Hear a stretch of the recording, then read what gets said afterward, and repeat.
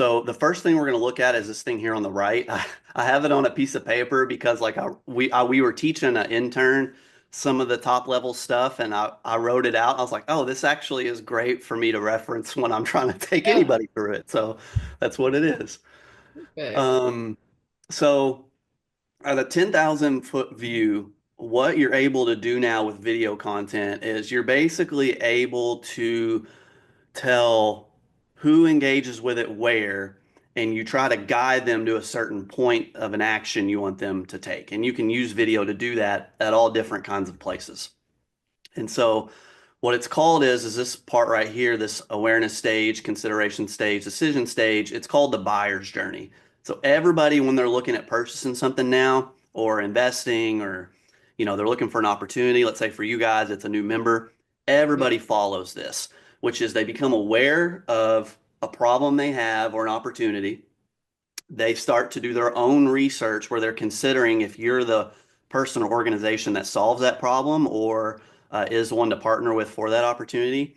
And then they get to the point where they're deciding whether or not they're actually going to spend the money for you to do that. And so in your all's case, it's probably an SMU graduate who maybe was into athletics or is just really into the mission you guys have and they become aware that you all exist and fulfill that mission. And then they start to look into you about, okay, well, how are they actually doing it? How are the players benefiting? How is the gospel getting out through their mission? They're really starting to research who you are. And then they get to the point they're like, okay, I actually want to invest. Like, what does my membership get me? Or how is that money being used? And so we can hit them with video content at each of those stages. Does that make sense so far? Yeah, definitely. Yeah. Cool. So awareness stage stuff it's all like in digital world is social media. I mean, I know you know this part. It's social media. It's all of the YouTube, Facebook, Instagram, LinkedIn, TikTok, Snapchat. I mean, it's all those. Yep. And depending on our person, our audience, the person we're trying to target, which in your all's case is very straightforward. It's an SMU grad uh, who's into athletics, may not even be into athletics, but is interested in how SMU is partnering with athletes to get the gospel out and hitting them, meeting them where they're at on those platforms. So, like you wouldn't use every platform, but you probably use Facebook. They're probably living on Facebook. They're probably on Instagram. They're probably on LinkedIn. Yep. Um, and so those three would probably be the main ones. Probably not so much TikTok and Snapchat, although if you had a certain kind of campaign, you could, but probably not those. And so we post content on those, and we post them as kind of two different categories, which is either organic, so we're posting it without putting any money behind it, and just the audience we already have built interacts with that, and they share that, whatever, or a paid audience. So, it's pretty simple. It's the organic, which is just the content you post that you don't pay for, and then there's the paid stuff, which is you put money behind it. The paid stuff, when that's done right, ideally it opens up like this big funnel of people who are becoming aware that you all exist. And then we're just hitting them with really good video content to get them to go to the point where we want them to go, which is actually to move to the website. We're trying to Yeah. get them. That makes sense so far? Yeah, definitely. Okay. Do you know all this stuff already? Am I rehashing stuff you already know? Like the basics of it. Yeah, like the bare basics of it. We have put some money behind posts in the past, just like with our meetings, trying to target students to come to our meetings, but bare amount of money. Wayne let me put behind those, but these ones I know Wayne is looking to put a lot more money in our posts for the legacy dinner for sure. Yeah, totally makes sense. Okay, so you kind of know what's going up. It's really about just trying to think about it as a strategy, like strategically, than just kind of in a vacuum. So it's like, Definitely. what do we want our target person to do? Like, what's the goal? And Yeah. in this case, it could be legacy dinner focused, or something that we're trying to build for him is actually trying to get members to, Yeah. to get on monthly donations. And so you have to think actually those two people are honestly two different audiences because like the legacy dinner people already know Athletes United exists. They already are probably really aware of what you all are doing. They're just trying to get over that hump of donating money to get your all's mission. So they actually have a little different problem or opportunity that they're trying to target. Um, so with the membership stuff though, which is what we're going to try to focus on, because like the legacy dinner, that's a captured audience. Like you guys already have an audience that you're going to show video content to try to get them to donate. But the people that don't know you exist is who we're trying to guide. For sure.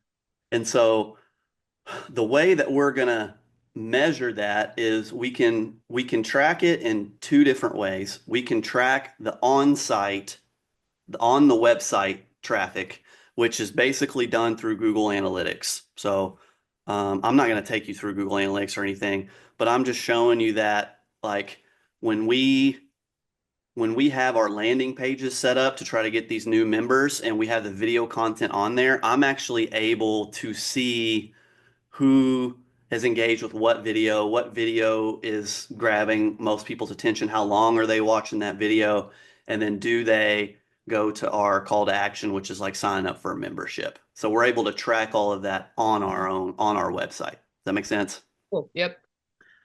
The off-site stuff is a little more or the off-website stuff is a little bit more difficult to track, but there is a way to do it. And this is the biggest thing I wanted to show you, which is how I think we're going to be able to work together the most, which is what's called UTM Links. Okay. And I'll share this builder with you. But what it is let's say on the Instagram page, there's like a link in bio. You've probably seen that link in Yeah. bio. Mhm.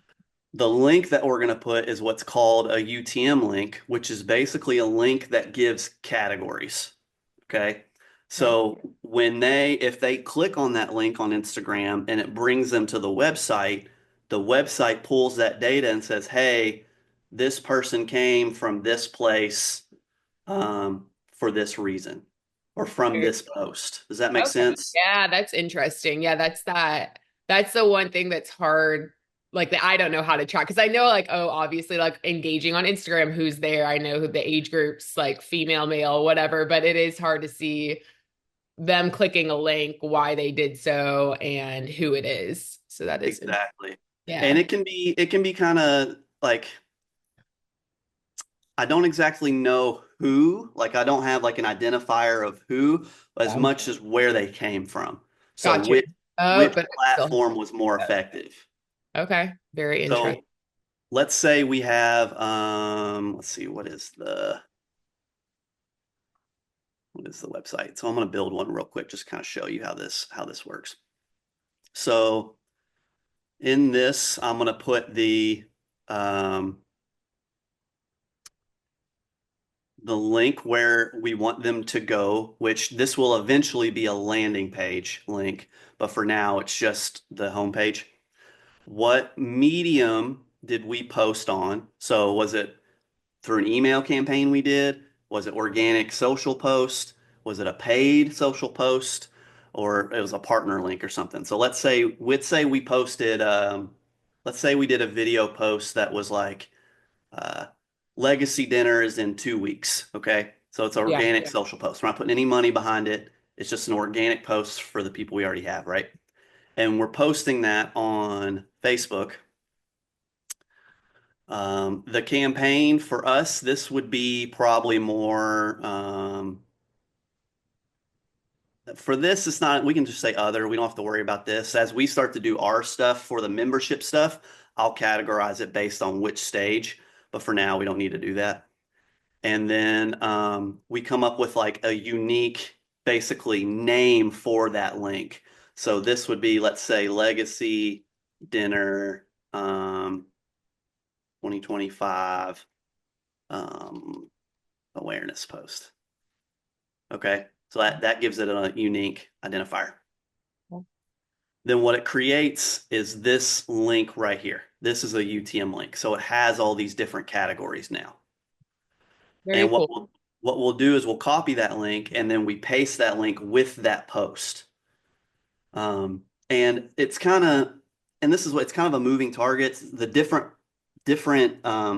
platforms let you do different things. So like for paid ads, Facebook or Meta Business Suite will let you actually put a UTM link with paid ads. So like it's a built-in feature of the paid ads, but with organic, it doesn't do the same thing. So you have to like do it in the post itself, like in the body of the post, if that makes sense. Okay. Yeah, that makes sense. And a way you can make this look prettier is doing basically like a bit.ly. I don't know if Yeah, you've just ever like done yeah, like a link shortener of some sort. exactly a Yeah. link shortener. Exactly. And so that's a way to make this not look so ugly on the post. You basically do a link shortener. So when what will happen is then if this post is made, somebody clicks the link in that post and they come to the website, then what will happen is Google Analytics. Let me see if I can see if I can see this here. Yeah, it will actually put that UTM link as the identifier of Very where they cool. came from. That's neat. Yeah, I like that. So So then it's for future campaigns or whatever, once we kind of figure out the bread and butter of it, of what's really working well, then we can know where to like throw more money to pretty much and like what's working. exactly that's exactly what it's for. It's more to inform the decision making of honing it to know what's more effective. Yeah, very cool. But the way for that to really work, like it doesn't work just kind of on one-off shoots. I mean, you can get some data, but it's like, you can get paralysis analysis with just like so much data that you don't know what to actually do with it. But if you had the strategy side of it where it's like, hey, you know who we're trying to target, we know where they live online, and we are trying to get them to take an end action, then you can build all the content and all the measuring tools around that and then get all of that in place. And it's like a faucet. You turn that faucet on, and then there's leaks places, and you just figure out and you plug those leaks, and then you get more efficient, if that makes sense. Yeah, absolutely. No, that's very cool. And so the way that we'll work together is once I have the content all created, ideally we don't just like give you content post. It's like we have basically a library of content that we know we want to post, and then we build out a content schedule to post that with those UTM links, and then ideally it all starts to work that way.